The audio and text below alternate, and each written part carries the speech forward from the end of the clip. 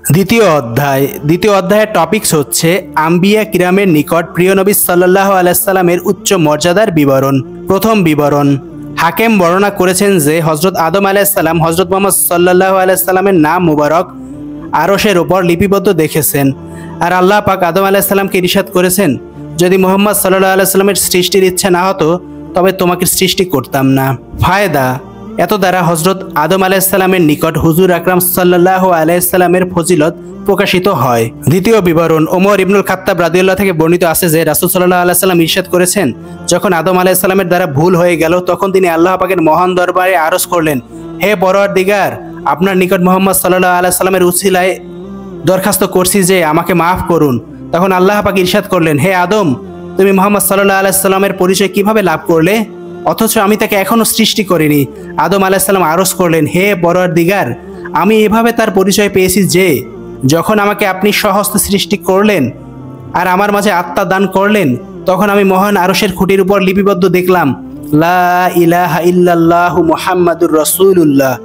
তখন আমি উপলব্ধি করলাম যে আপনি নিজের পবিত্র নামের সাথে এমন এক ব্যক্তির নাম উল্লেখ করেছেন যিনি আপনার নিকট সমগ্র সৃষ্টি জগতের মাঝে সর্বাধিক প্রিয় ব্যক্তি হবেন। আল্লাহ পাক ইরশাদ করেন, তুমি সত্যবাদী, সত্যই সে আমার নিকট সমগ্র সৃষ্টি জগতের মাঝে সর্বাধিক প্রিয়। আর যখন তুমি আমার নিকট তার উসিলায় দরখাস্ত করেছো, তাই আমি তোমাকে ক্ষমা করলাম। আর হযরত মুহাম্মদ সাল্লাল্লাহু আলাইহি সাল্লামকে সৃষ্টি করার ইচ্ছে না হলে আমি তোমাকে সৃষ্টি করতাম না। বাইহাকি এই হাদিসখানা রিওয়ায়াত করেছেন আব্দুর রহমান ইবনে জায়েদ ইবনে আসলামের বিবরণ থেকে, আর বলেছেন এর সঙ্গে আব্দুর রহমান একা রয়েছেন। আর হাকেম ওই রিওয়ায়াত করেছেন এবং এই বিবরণের সত্যতা স্বীকার করেছেন। তিবরানিও এর উল্লেখ করেছেন, তবে তাতে একটি বাক্য বেশি আছে যে আল্লাহ পাক ইরশাদ করেছেন, তিনি তোমার সন্তানদের মধ্যে সমস্ত নবীদের পরে সর্বশেষ নবী। তৃতীয় বিবরণ, ইবনুল জাউজি স্বীয় গ্রন্থ সালাতুল আহসানে লিখেছেন যে আদম আলাইহিস সালাম যখন হাওয়া আলাইহিস সালামের নৈকট্য কামনা করলেন তখন তিনি মোহর দাবি করলেন। আদম আলাইহিস সালাম তখন আল্লাহ পাকের দরবারে এই বলে দোয়া করলেন, হে পরওয়ারদিগার, আমি তাকে মোহর হিসেবে কি বস্তু প্রদান করব? ইরশাদ হলো, হে আদম, আমার হাবিব মুহাম্মদ ইবনে আব্দুল্লাহ এর প্রতি 20 বার দুরূদ পেশ করো। আদম আলাইহিস সালাম তাই করলেন। চতুর্থ বিবরণ, আহমদ, বাজ্জাজ, তিবরানি এবং হাকেম ও বাইহাকি ইরবাস ইবনে সারিয়া থেকে বর্ণনা করেছেন যে রাসূল সাল্লাল্লাহু আলাইহি সাল্লাম ইরশাদ করেছেন যে আমি আমার পিতামহ হযরত ইব্রাহিম আলাইহিস সালামের দোয়া এবং হযরত ঈসা আলাইহিস সালামের খুশখবরি। ফায়দা, এতে পবিত্র কোরআনের দুটি আয়াতের দিকে ইঙ্গিত করা হয়েছে।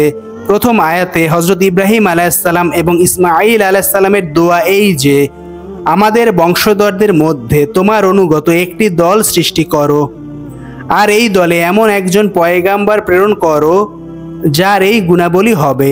এত দ্বারা হযরত মুহাম্মদ সাল্লাল্লাহু আলাইহি সাল্লামের প্রতি ইঙ্গিত করা হয়েছে, কেননা তিনি ভিন্ন এমন কোনো নবীর আবির্ভাব হয়নি যিনি হযরত ইব্রাহিম আলাইহিস সালাম এবং ইসমাঈল আলাইহিস সালামের বংশধর। আর দ্বিতীয় আয়াত হযরত ঈসা আলাইহিস সালামের কথার উদ্ধৃতি প্রদান করা হয়েছে।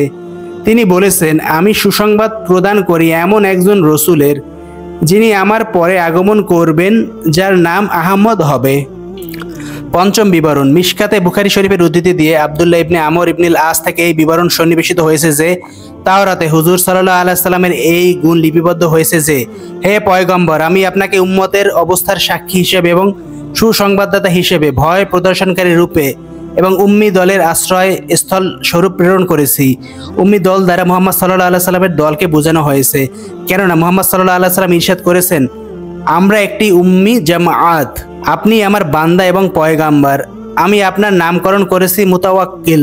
আপনি মন্দ স্বভাবের লোক নন, আপনি কড়া মেজাজের লোক নন, আপনি হাট বাজারে চিৎকার করে ফিরেন না, আপনি মন্দের বদলা মন্দ কাজ দ্বারা নেন না, বরং মাফ করে দেন। আল্লাহ পাক সে পর্যন্ত আপনাকে মৃত্যুবরণ করাবেন না যে পর্যন্ত কুফফারকে ইমানের দ্বারা পরিবর্তন না করেন, এভাবে যে মানুষ কলেমা পড়তে লাগবে আর সেই কলেমার বরকতে অন্ধ চক্ষুগুলো দেখতে লাগবে, বন্ধ কর্ণগুলো শ্রবণ করতে লাগবে এবং রুদ্ধ অন্তরগুলো উন্মুক্ত হবে, অর্থাৎ যে পর্যন্ত না সত্য ধর্ম পরিপূর্ণভাবে প্রচার এবং প্রসার লাভ করবে সে পর্যন্ত আপনার মৃত্যু হবে না। ষষ্ঠ বিবরণ, মিশকাত শরীফে, মাসাবি এবং দারমি থেকে হযরত কাবের যে বিবরণ সন্নিবেশিত হয়েছে তাতে তাওরাতের উদ্ধৃতি রয়েছে। আর তাতে লেখা রয়েছে, হযরত মুহাম্মদ সাল্লাল্লাহু আলাইহি সাল্লাম আমার বান্দা এবং পছন্দনীয় বান্দা। তিনি মন্দ ব্যবহারের প্রতিশোধ মন্দ ব্যবহার দ্বারা গ্রহণ করেন না, বরং ক্ষমা প্রদর্শন করেন। মক্কা তার জন্মস্থান, মদিনা শরীফ তার হিজরতের স্থান, আর তার ক্ষমতার কেন্দ্র হলো সিরিয়া। ফায়দা: যেমন খুলাফায়ে রাশিদিনের পরে সিরিয়াই ছিল মুসলমানদের রাজধানী, আর সেখান থেকে ইসলামের প্রচার হয়েছে ব্যাপকভাবে। মিশকাত শরীফে তিরমিজি শরীফের উদ্ধৃতি দিয়ে আবদুল্লাহ ইবনে সালাম থেকে বর্ণিত আছে যে তাওরাতে হযরত মুহাম্মদ সাল্লাল্লাহু আলাইহি সাল্লামের প্রশংসা লিপিবদ্ধ হয়েছে। এর পাশাপাশি এই কথাও রয়েছে যে হযরত ঈসা আলাইহিস সালাম তার পার্শ্বে সমাধিস্থ হবেন। ফায়দা: সর্বশেষ উল্লেখিত এই তিনটি বিবরণের বর্ণনাকারীগণ সাবেক আসমানি গ্রন্থসমূহের অভিজ্ঞ আলিম ছিলেন, এবং প্রথম এবং শেষ হাদিসের বর্ণনাকারী সাহাবী, আর মধ্যম বিবরণের বর্ণনাকারী তাবেঈ। আর পবিত্র কুরআনের কোনো কোনো আয়াতেও এই বিবরণসমূহের অর্থ বহন করে, যেমন দুটি আয়াতের অর্থ এই অধ্যায়ের চতুর্থ বিবরণীর ব্যাখ্যায় উল্লেখিত হয়েছে, আর তিনটি আয়াত আরও উল্লেখিত হচ্ছে। তৃতীয় আয়াত সূরা আরাফে আল্লাহ পাক ইরশাদ করেছেন, এমন সব লোক যারা অনুসরণ করে উম্মি নবীর, যাদের উল্লেখ তাওরাত ইনজিলে এভাবে লিপিবদ্ধ রয়েছে যে তারা মানুষকে সৎ কাজে নির্দেশ দিবে, মন্দ কাজ থেকে বিরত রাখবে, উত্তম বস্তুসমূহ তাদের জন্য হালাল ঘোষণা করবে, আর মন্দ বস্তুসমূহকে হারাম জানাবে, আর যেসব হুকুম অত্যন্ত কঠিন সেগুলোকে মুলতবি করবে। চতুর্থ আয়াতে সূরা ফাতিহা সন্নিবেশিত হয়েছে।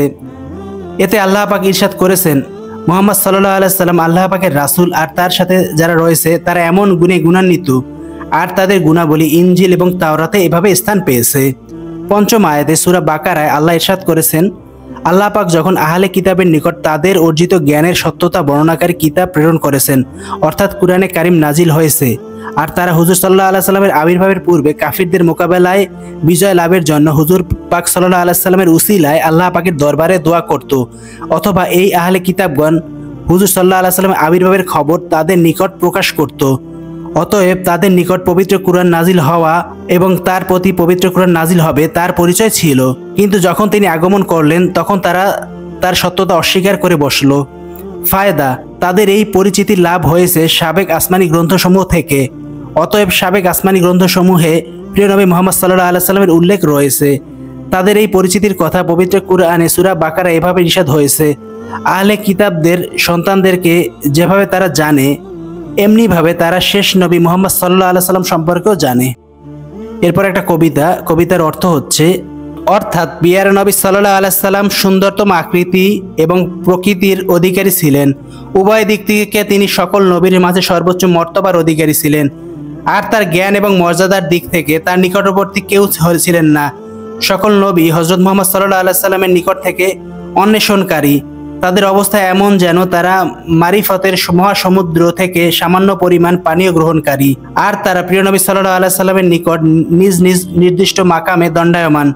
তাদের অবস্থা তার জ্ঞানের অনুপাতে একটি কিতাবের মধ্যে ক্ষুদ্রতম নোক্তার সমান, অথবা একটি জবরের সমান।